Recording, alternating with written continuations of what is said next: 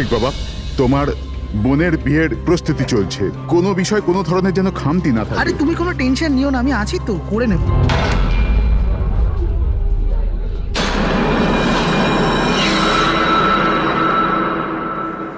ওহো, বিয়ের বাড়ির ব্যাপার, মেহেন্দির অনুষ্ঠান। আরে দাদা কি করছেন, তাড়াতাড়ি করুন, অতিথিরা তো এক্ষুনি চলে আসবে। আন্টি, তুমি কেন এত টেনশন নিচ্ছ? বিয়ের বাড়ির ব্যাপার আর আমার মেয়ের বিয়ে, টেনশন তো হবেই, তাই না? আমি ওর বেস্ট ফ্রেন্ড হই না? আমি ওর ভালোভাবে খেয়াল রাখবো। তুই তাড়াতাড়ি যা, ওর তোকে দরকার হতে পারে। আরে দাদা, ওটা ওখানে নয়, এখানে রাখুন। হ্যাঁ,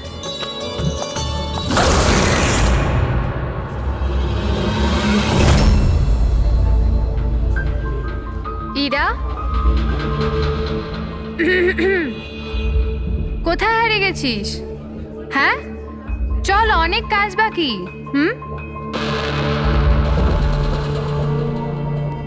আমি এখনো বলছি যে দেরি বেশি হয়নি, চলো তাড়াতাড়ি যাই এখান থেকে। আরে আমাদের ছেলের ইরার থেকেও ভালো মেয়ে পাওয়া যাবে। আরে কি সেই একই কথা বলে যাচ্ছ? তোমার যদি জানা না থাকে জেনে ও বুঝে নাও, আমার ছেলে ইরাকে খুব ভালোবাসে এবং ওকেই বিয়ে করবে ঠিক করেছে। হ্যাঁ হ্যাঁ কার্তিক, এক্ষুনি আসছি আমি। অমৃতা, কি হয়েছে? তোর ভাই ফোন করেছে, কিছু কাজ আছে, এক্ষুনি আসছি। আর শোন, আজ মেহেন্দি তোর, তোর মুখে না একটু স্মাইল রাখ। হুম।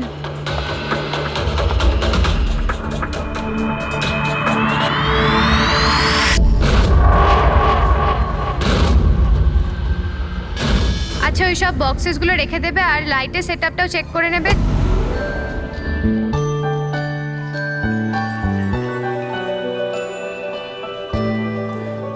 কি ব্যাপার? হ্যাঁ, খুব সুন্দর লাগছে আজকে। এরকম নয় তো যে বর এসে তোমাকেই না চেয়ে বসে। Very funny Lalit.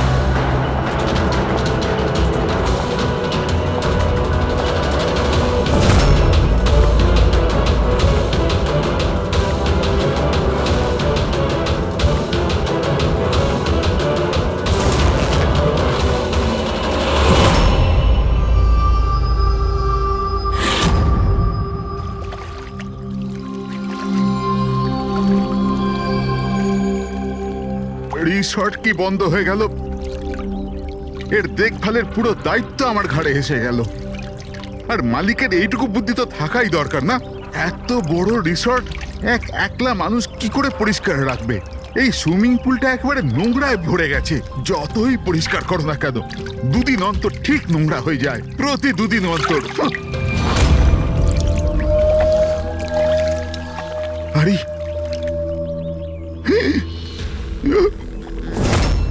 আরে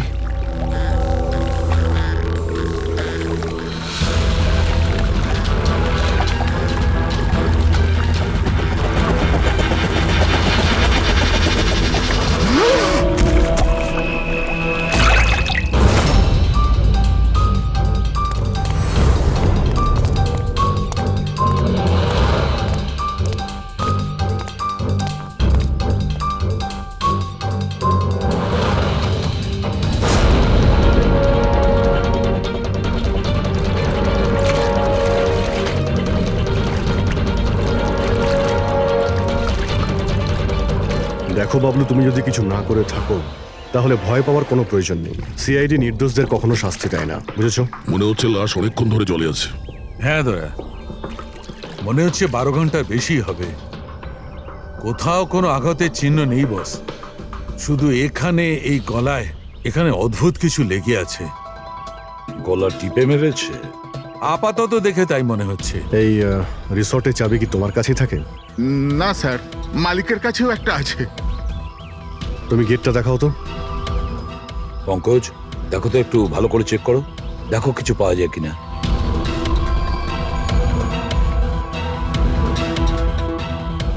উল্টে দাও, উল্টে।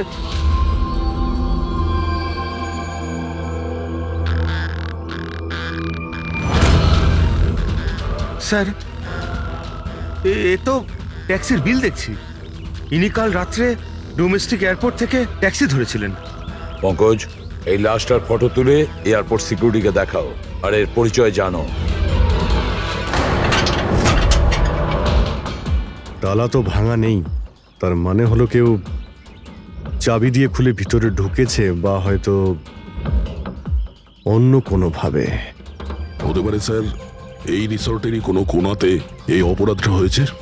বা হতে পারে দয়া ওকে এখানে মেরেই এখানে ফেলে দিয়েছে, বা অন্য জায়গায় মেরে ওর লাশটাকে এখানে ফেলে রেখেছে। পুরবী, এত বড় একটা গেটের উপর দিয়ে লাশকে নিয়ে ঝাঁপ দেওয়া অসম্ভব মনে হচ্ছে। অন্য কোনো রাস্তা দিয়েই ও লাশ নিয়ে ভিতরে এসেছে। কিন্তু স্যার ভেতরে আসবার জন্য অন্য কোনো রাস্তা নেই এটা ছাড়া। আরে তুমি আমাদের কাজটা করতে দাও না, এদিকে এসো।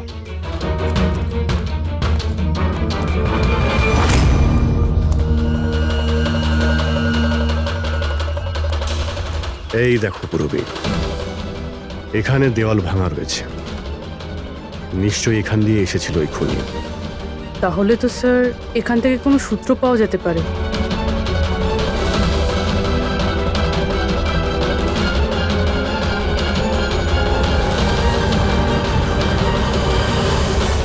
এই হলো প্রমাণ, এই সোনালী সুতো।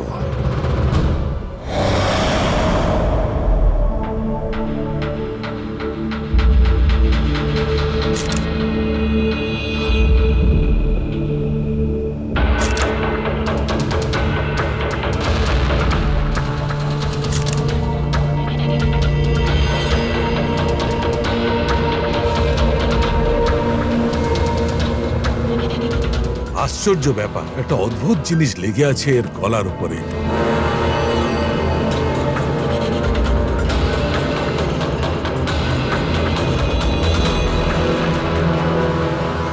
ও, কি হয়েছে স্যার? একটু শুঁকে দেখো এটা। মেহেন্দি? মেহেন্দি সারিকা, এর গলার উপর মেহেন্দির দাগ।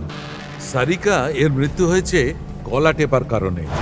গলায় আছে মেহেন্দির চিহ্ন, তার মানে যে এর গলাটা টিপে ধরেছিল ওর হাতে মেহেন্দি লাগানো ছিল। আর খুনটা যে করেছে সে হয়তো কোনো মেয়ে, আর ও সেই সময় খুন করেছে যখন ওর হাতের মেহেন্দি ঠিক করে শুকোয়ও নি। রাইট। আজকাল এমনিতেও বিয়ের সিজন চলছে, হয়তো কোনো ফেস্টিভ্যাল, ফাংশন বা বিয়ে বাড়িতে গিয়েছিল। রাইট, এই জন্য অভিজিৎ ওখান থেকে সোনালী সুতো পেয়েছিল। হয়তো কোনো দামি ড্রেসে যেটা পরেও পার্টিতে যাচ্ছিল। তার মানে হচ্ছে এই সোনালী সুতো আর গলায় লেগে থাকে এই মেহেন্দি আমাদের খুনি পর্যন্ত পৌঁছে দেবে।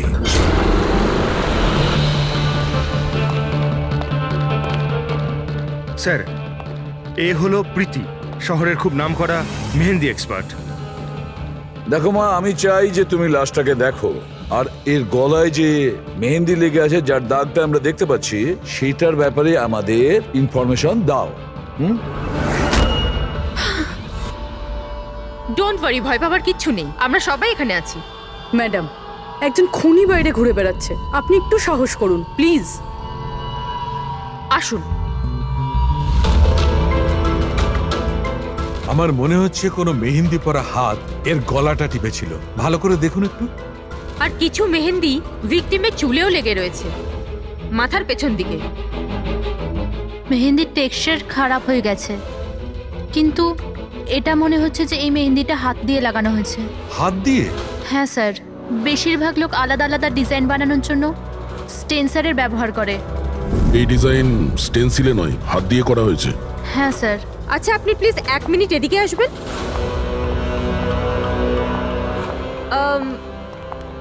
আপনি এই মেহেন্দি সম্পর্কে আর কিছু বলতে পারবেন? মানে এটা কোন কোম্পানির, কতটা পুরনো, কোথা থেকে এসেছে, এনিথিং যা জানেন। স্যার, মেহেন্দির কালার, টেক্সচার আর স্মেল থেকে মনে হচ্ছে এই মেহেন্দিটা কোনো কমার্শিয়াল কোম্পানির নয়। এটা নিশ্চয়ই কেউ বাড়িতেই বানিয়েছে। তার মানে লোকেরা সাধারণত বাড়িতে তৈরি মেহেন্দি ব্যবহার করে, তাই তো? হ্যাঁ স্যার, কারণ ওটা কেমিক্যাল ফ্রি থাকে। আচ্ছা, এরকম তো শহরে অনেক লোকই আছে যারা বাড়িতে মেহেন্দি বানায়, তাই মেহেন্দির সাহায্যে তাকে ধরতে গেলে অনেকটা সময় লেগে যাবে স্যার। স্যার, হ্যাঁ স্যার ভিক্টিমের ব্যাপারে জানতে পেরেছি। হ্যাঁ, একে? স্যার, ওর নাম দীপেন, দিল্লিতে থাকতো। আর আমি লোকাল পুলিশকে বলে দিয়েছি যে ওর বাড়ির লোককে যেন খবর দিয়ে দেয়। গুড। আচ্ছা প্রীতি, আরো একটু দেখুন যদি আমাদের কিছু বলা যায়।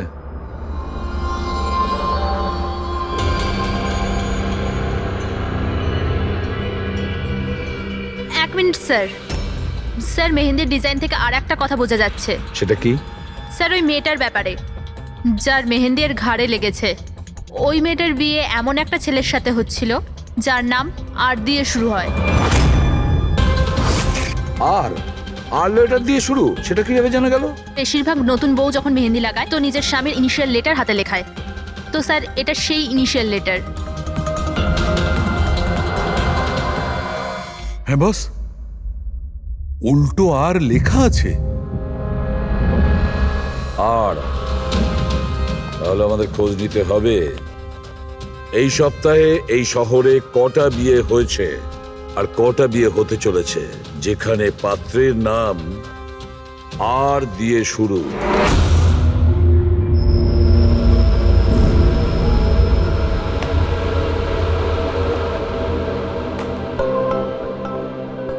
অদ্ভুত স্যার, এই মাসে 120 জনের বিয়ে, একই মাসে এতজনের বিয়ে। হ্যাঁ পঙ্কজ,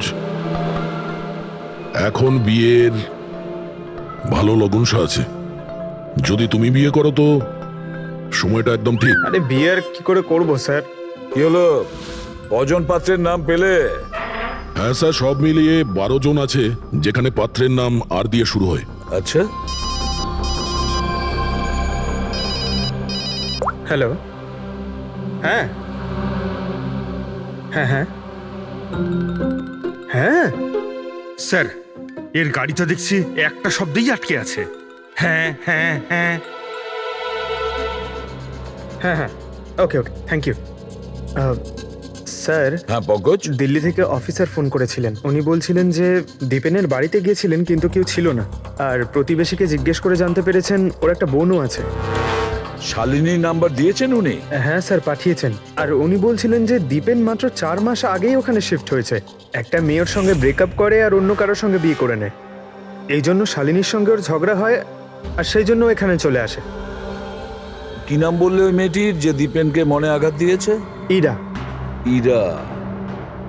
স্যার, হতে পারে কালকে রাত্রে দীপেন ইরার বিয়ে পণ্ড করতে এসেছিল এখানে, আর ইরা ওকেই মেরে দিয়েছে। আচ্ছা, এই ওয়েডিং কার্ডসে ইরা নামের কোনো মেয়ের কার্ড আছে?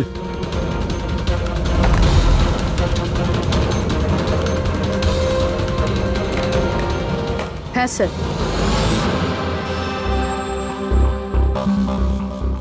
ইরা ওয়েটস রোহিত, এই দেখুন। এই দেখো, ইরা ওয়েটস রোহিত, আর ওদের বিয়ে আজকেই। একটু ওই বিয়ে বাড়িতে গিয়ে দেখো কনের গায়ে মেহেন্দি কতটা রাঙিয়েছে।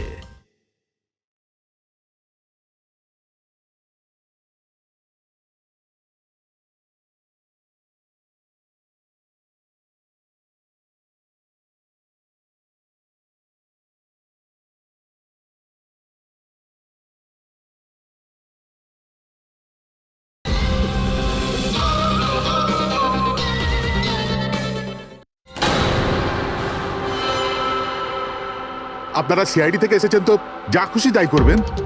আইনের নামে কারুর বিয়ে আটকাবার অধিকার কে দিয়েছে আপনাদের? না না, আমরা এখানে কারো বিয়ে থামাতে আসিনি। আমরা এখানে এসেছি তদন্ত করার জন্য।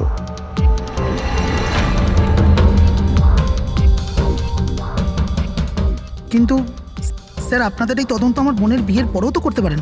যত তাড়া আছে আপনাদের এই বিয়েটা করানোর জন্য, তার থেকে বেশি তাড়া আছে আমাদের খুনিকে ধরার জন্য।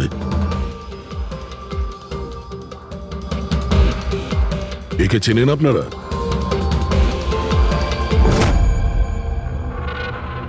এটা তো দীপেন। মানে চেনেন কি করে? স্যার, অ্যাকচুয়ালি ওই দীপেন আমার বোনকে ভালোবাসত, কিন্তু কিছুদিন আগে ওদের ব্রেকআপ হয়ে যায়। আমি বলেছিলাম না যে চলো ফিরে যাই, কিন্তু আমার কথা শুনছে না কে? দেখো এবার সিআইডিও চলে এসেছে। জানি না কি কুক্ষণে এদের সঙ্গে আমরা সম্বন্ধ তৈরি করেছি। দেখুন, দীপেনের ঘাড়ে আমরা কিছু মেহেন্দির চিহ্ন দেখতে পেয়েছি, আর আমাদের সন্দেহ যে সেই চিহ্ন ইরার হাত থেকে এসেছে।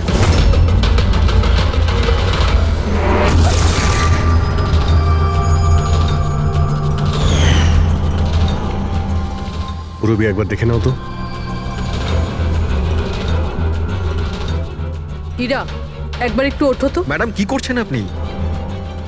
এখনো তোমার বউ নয়, ও এখন একজন সাসপেক্ট। আমাদের সন্দেহের তালিকায় আছে। আমাদের সন্দেহ যে দীপেনকে খুন করেছে। ইরা এসব কি বলছে? মানে কি? তোমার হাতটা দেখাও।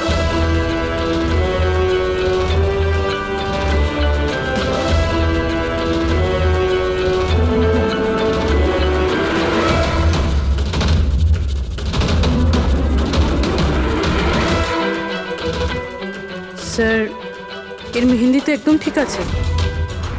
আরে তাহলে দীপেনের গলায় যে মেহেন্দির দাগ ছিল সেটা কার হাতের ছিল? পুরবি, তুমি ওর ঘুমটাটা একবার তোলো। স্যার,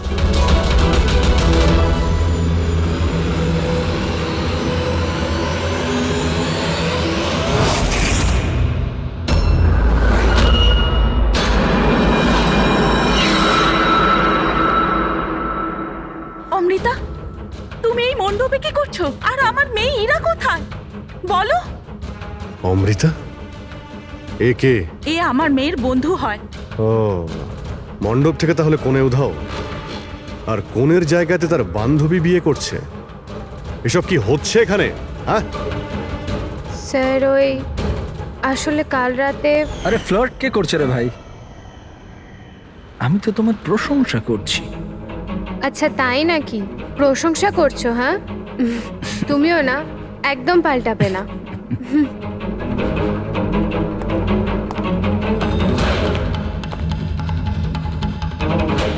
এই লোকটা কি জ্বালা। অমৃতা, অমৃতা শোনো। কার্তিক, কি হলো? ওই আমি এক্ষুনি দীপেনকে দেখলাম, ও ইরাকে টেনে নিয়ে যাচ্ছিল। দীপেন? হ্যাঁ। ওর এত সাহস কোথায়? ও ওইদিকে চলো।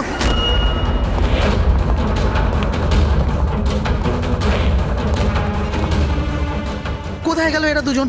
কি জানি।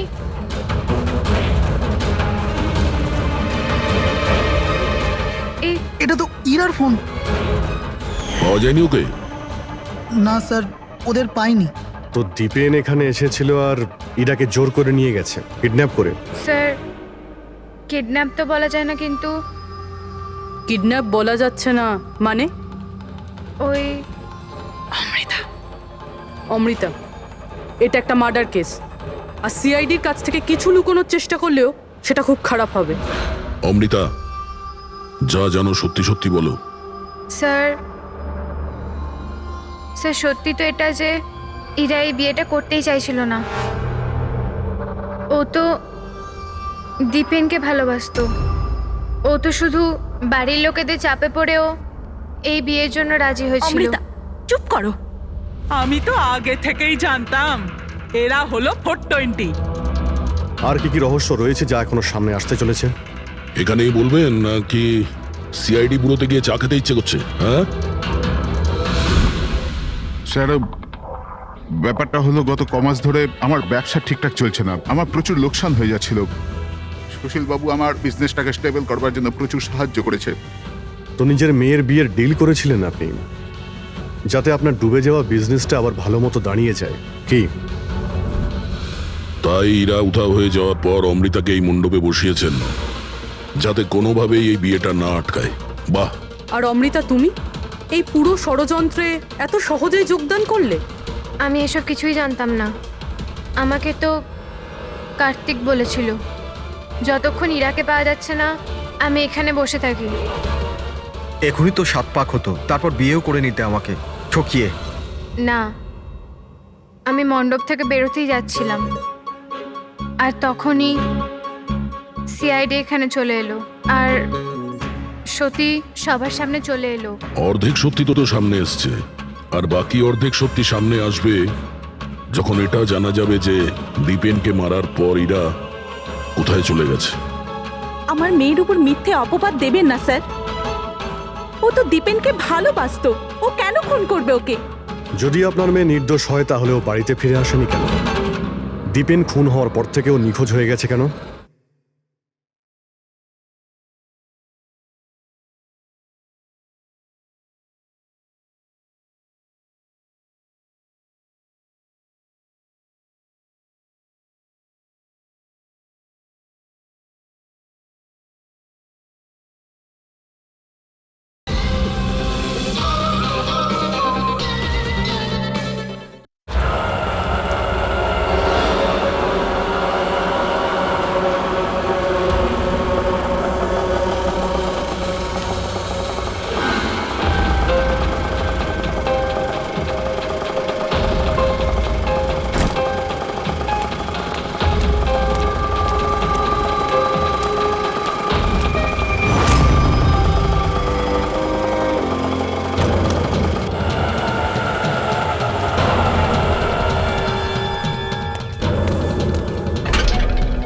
তালা?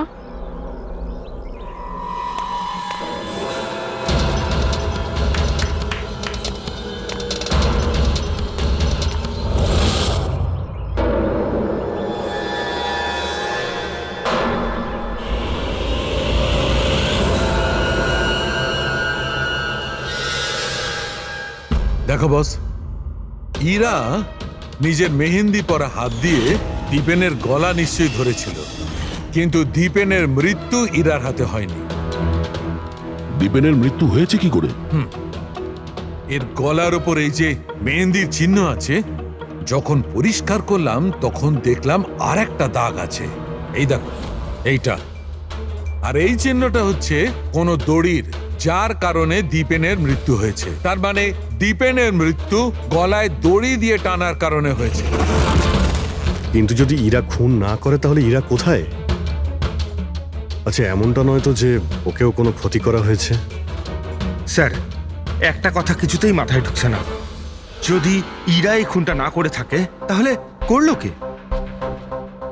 এই খুন হয়তো ইরার বাড়ির লোকেদের মধ্যেই কেউ করেছে। আর তাছাড়া দীপেনের উপস্থিতি ওরা পছন্দ করেনি। হতে পারে দীপেনের কারণে বিয়েতে কোনো বাধা আসবে, সেই জন্য দীপেনকে খুন করে দিয়েছে। স্যার, স্যার, ইরার ফোন থেকে জানা গেছে যে ওর নিখোঁজ হওয়ার 3 ঘন্টা আগে দীপেনের বোন শালিনীর ফোন আসে। ও দিল্লি থেকে বম্বে চলে তো আসে, কিন্তু ফোন তুলছে না। শালিনীর ফোন ট্র্যাক করো, দেখা তো যাক ও এখন কোথায় আছে। আর বাকি রইল ওই সোনালি সুতো, কার হতে পারে?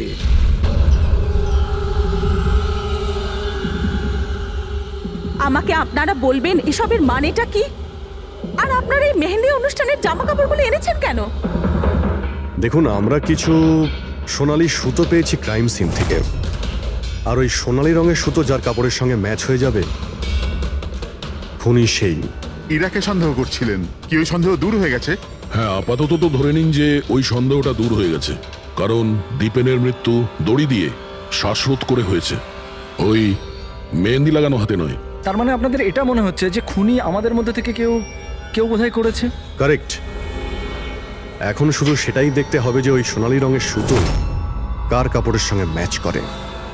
আশ্চর্য, রেশমের ছোট ছোট টুকরো থেকে আপনারা এত বড় একটা সিদ্ধান্ত নেবেন। জানি না ওই টুকরোটা ম্যাচ করবে কিনা। অদ্ভুত কথা তো আপনি বলছেন রাজনবাবু।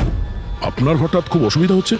উল্টে আপনার খুশি হওয়ার কথা যে আমরা আপনার মেয়েকে এবারে সন্দেহ করিনি।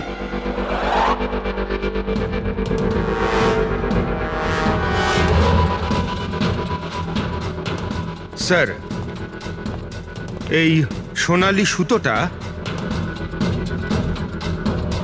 রাজেনের পাঞ্জাবির সাথে ম্যাচ করে। স্যার, এই দেখুন, সুতোটা এইখান থেকে ছিঁড়েছে।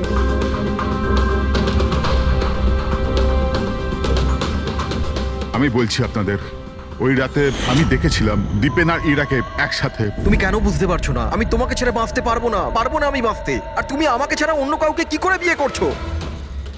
যখন আমি নিচে পৌঁছলাম তো ওরা দুজন চলে গিয়েছিল, আর দীপেনের ঠিকানা ইরার পুরনো চিঠি থেকে আমি পেলাম। তারপরে আমরা ওর পুরনো বাড়িতে গেলাম।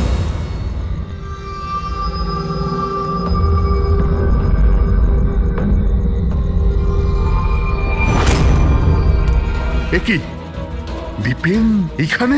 ইরা ইরা ইরা, ইরা ইরা, ইরা মা।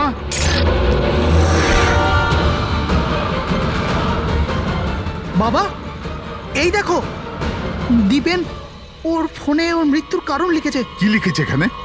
ইরা কে ছাড়া না আমার জীবনের কোনো মানে আছে না লক্ষ্য। ইরা আমার যদি না হয় কারোর হবে না। বিদায়। ও যদি আমার না হয় তাহলে কারোরই হবে না।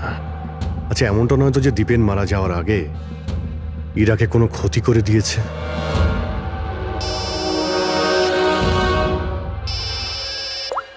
হ্যাঁ পঙ্কজ, হ্যাঁ দীপেনের বোন শালিনীর মোবাইল ফোন ট্র্যাক হয়ে গেছে।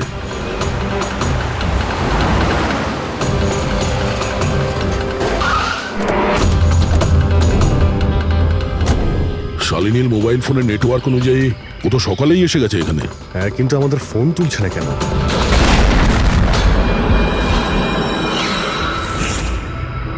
ব্লাস্ট। শালিনী, শালিনী, শালিনী, শালিনী, শালিনী, শালিনী।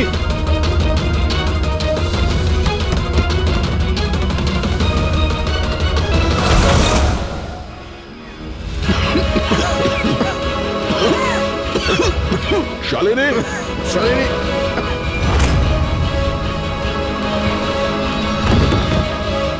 শালিনী, শালিনী।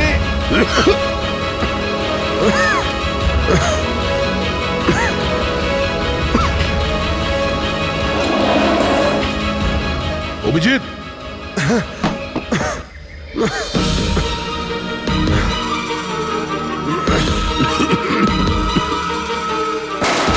অভিজিৎ সাবধানে। কে ওখানে?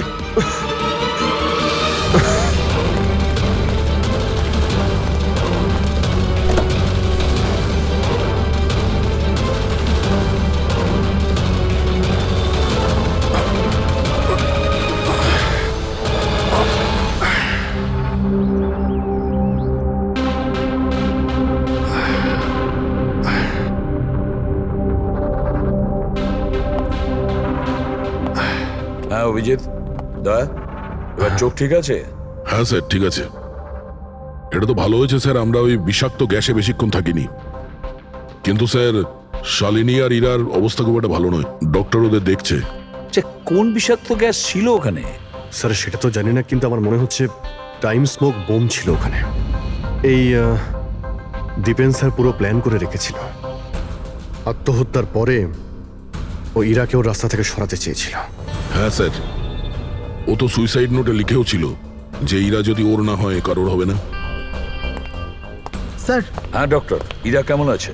স্যার ও এখন আউট অফ ডেঞ্জার, কিন্তু ওর এখনো জ্ঞান ফেরেনি। আচ্ছা, আর Shalini? I am sorry sir, আমরা ওকে বাঁচাতে পারিনি।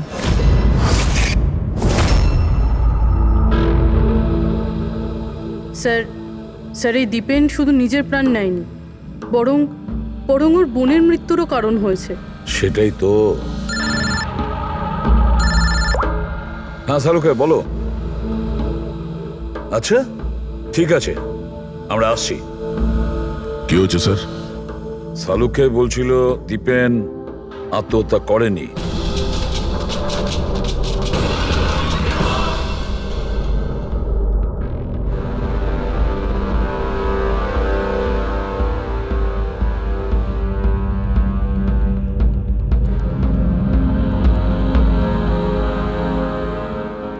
আরে বলে ফেলো না শালুকে, একবার ফাইনালি বলে দাও, দীপেন আত্মহত্যা করেছে নাকি ওকে খুন করা হয়েছে? বস, আমি জানি যে তোমরা খুবই বিরক্ত হচ্ছ। তোমাদের মনে হচ্ছে শালুকে কোনো কথাই বলছে না। কখনো বলছে ইরা দীপেনকে হত্যা করেছে, কখনো বলছে যে দীপেনের হত্যা ইরা করেইনি, কখনো বলছে দীপেন আত্মহত্যা করেছে, কখন বলছে দীপেন আত্মহত্যা করেনি। কিন্তু আমি কি করব ভাই, এই কেসটা সূত্র খুব অল্প অল্প করে আসছে।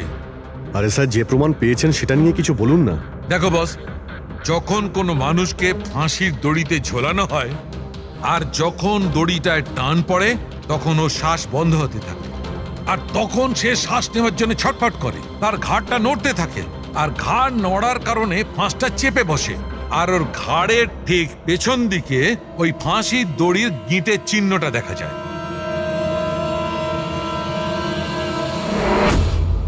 হ্যাঁ স্যার, দাগ তো আছে। আর স্যার এর ঘাটটা এইভাবে হেলে রয়েছে কেন? এটা কিসের জন্য? হ্যাঁ, এর ঘাড়টা হেলে আছে কারণ এ আগেই মারা গেছে। যদি একজন মৃত ব্যক্তিতে ফাঁসিতে ঝুলিয়ে দেওয়া হয় তবে ও শ্বাস নেওয়ার জন্য ছটফট করবে না, আর সেই জন্যে ওর ঘাড়ের পেছনে গিঁটের চিহ্নটা পাওয়া যাবে না। না, এর পিছনে তো কোনো চিহ্ন নেই। কারণ ঘাড়টা গিঁটের সংস্পর্শে আসেইনি। তুমি নতুন কি আর বললে? আমরা কি এগুলো জানি না? দেখো চালুকে, তুমি শুধু এটা বলো, দীপেনের ঘাড়ের পিছনে ফাঁসির দড়ির গিঁট আছে, হ্যাঁ কিংবা না? দীপেনের ঘাড়ের পেছনে দড়ির গিঁটের চিহ্ন নেই। এসো আমি দেখাচ্ছি। এই দেখো বস, দীপেনের ঘাড়ের ওপর কোনো চিহ্ন নেই। ও, তার মানে খুনি আমাদের ভুল বোঝাচ্ছিল। আগে থেকেই মরে যাওয়া লোককে ঝুলিয়ে দিয়েছে যাতে মনে হয় আমাদের সুইসাইড করেছে। অনেক লম্বা প্ল্যানিং করেছিল।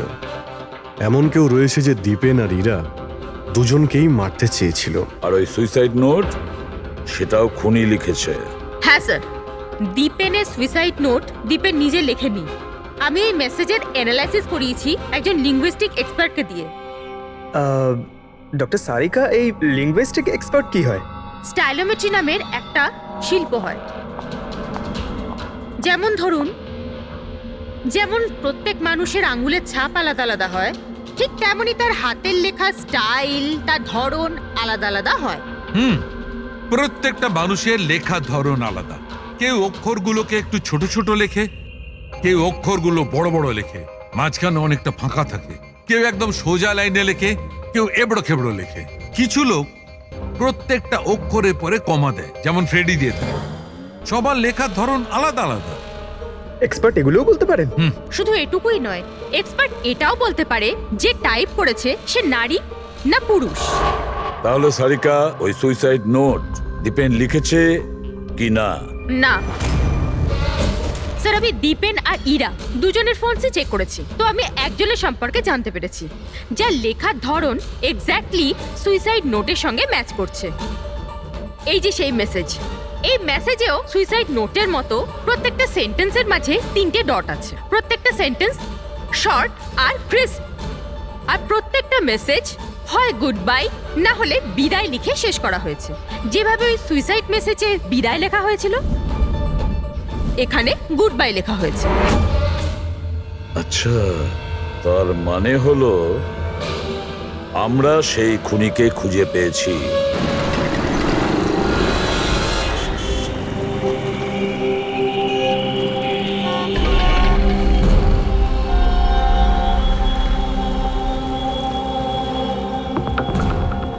হ্যাঁ, হুমকি দিচ্ছি, কি করবি তুই? সিআইডির সামনে কাউকে হুমকি দেওয়া ভালো কথা নয়। কিন্তু আমি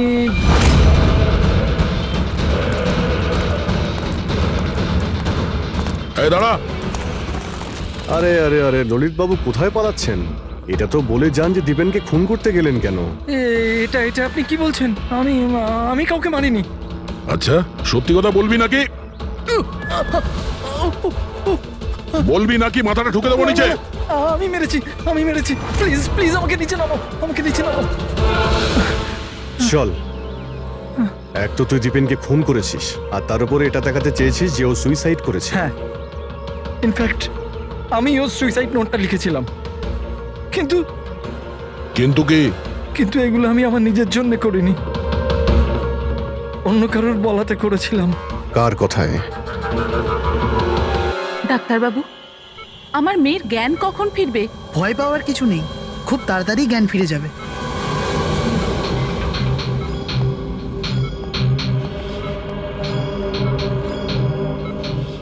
ললিত,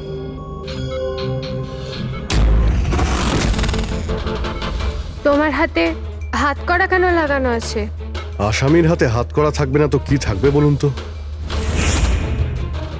অপরাধী? হ্যাঁ, এই অপরাধী নিজের অপরাধ স্বীকার করেছে ললিত। দীপেনকে এই মেরেছে।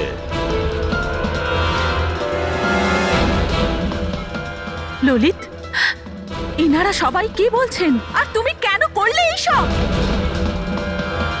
দেখলেন স্যার, অবাক হওয়ার কি সুন্দর অ্যাক্টিং করছে এরা। যেখানে সত্যি এটাই যে ললিতকে খুন করতে বলার আসল অপরাধী এখানে এই রুমে উপস্থিত আছে। হ্যাঁ, এটা আপনি কি বলছেন? এখানে আমার মেয়ে জীবন মৃত্যুর সঙ্গে লড়াই করছে আর আপনি উল্টে আমাদেরই দোষী করছেন। না, এই জীবন আর মৃত্যুর মাঝখানে ঝুলছে না, এ সত্যি আর মিথ্যের মধ্যে ঝুলছে। ও জ্ঞান হারায়নি, সব ড্রামা করছে। কি?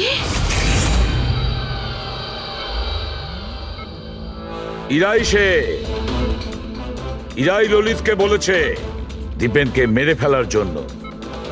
এই কি সব কথা বলছেন আপনারা? অবস্থা দেখুন এর। আপনাদের মনে হয় যে এ জেনে শুনে বিষের কন্ট্যাক্টে গেছে? স্যার, ইঞ্জেকশন লাগিয়ে দিই? হ্যাঁ হ্যাঁ, নিশ্চয়ই, তাড়াতাড়ি। এটা কিসের ইঞ্জেকশন লাগাচ্ছেন আপনারা? সত্যি কথা বলার, এই ইনজেকশনে একটা কেমিক্যাল আছে যেটা শরীরে যেতেই মানুষ সত্যি কথা বলতে শুরু করে।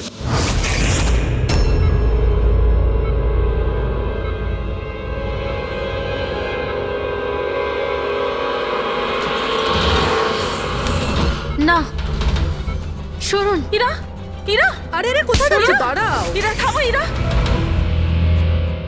এর মানে হলো যে সিআইডিরা ঠিক কথা বলছেন। আর মিথ্যে বলে কোনো লাভ নেই। এই ললিত তোমার মুখোশ খুলে দিয়েছে। এটা কি করলে ললিত? নিজে ফাঁসছিলে, তার সাথে সাথে আমাকেও ফাঁসিয়ে দিলে। এরা এই প্রতিজ্ঞাটাই তো আমরা করেছিলাম ভালোবেসে, যে আমরা একসাথে বাঁচবো আর একসাথে মরবো। কি তোমরা দুজন একে অপরকে ভালোবাসো? এসব কবে? ইরা, তুই তো দীপেনকে ভালোবাসিস। হ্যাঁ, ও চাইতো, কিন্তু হঠাৎ করে ললিতকে ভালোবেসে ফেলে। আর এই সব কিছু করেছে ও নিজের বিয়ে ভাঙার জন্য। কিন্তু ভাগ্যক্রমে ইরার কাছে শালিনীর কল আসে যে দীপেন ইরার বিয়ে আটকাতে এসছে। আর ইরা খুব বড় প্ল্যান করেছিল। দীপেনের কাঁধে বন্দুক রেখে ও গুলি চালাতে চেয়েছিল। আর আমরা ভেবেছিলাম যে প্রথমে আমরা দীপেনকে মেরে দেবো।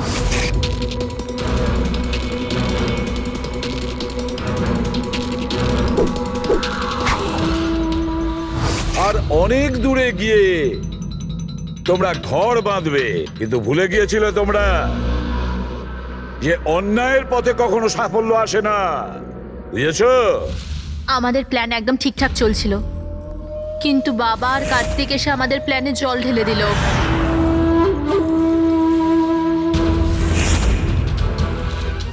আর তারপর আমাদের একটা নতুন প্ল্যান বানাতে হলো। আর ওই নতুন প্ল্যানেও আমার মরার অ্যাঙ্গেলটা ছিলই।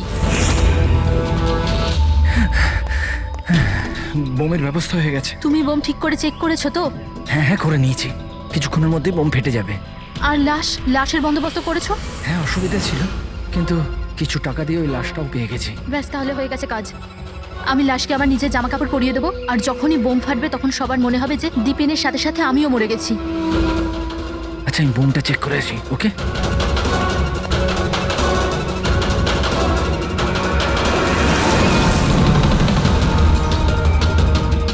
শালিনী,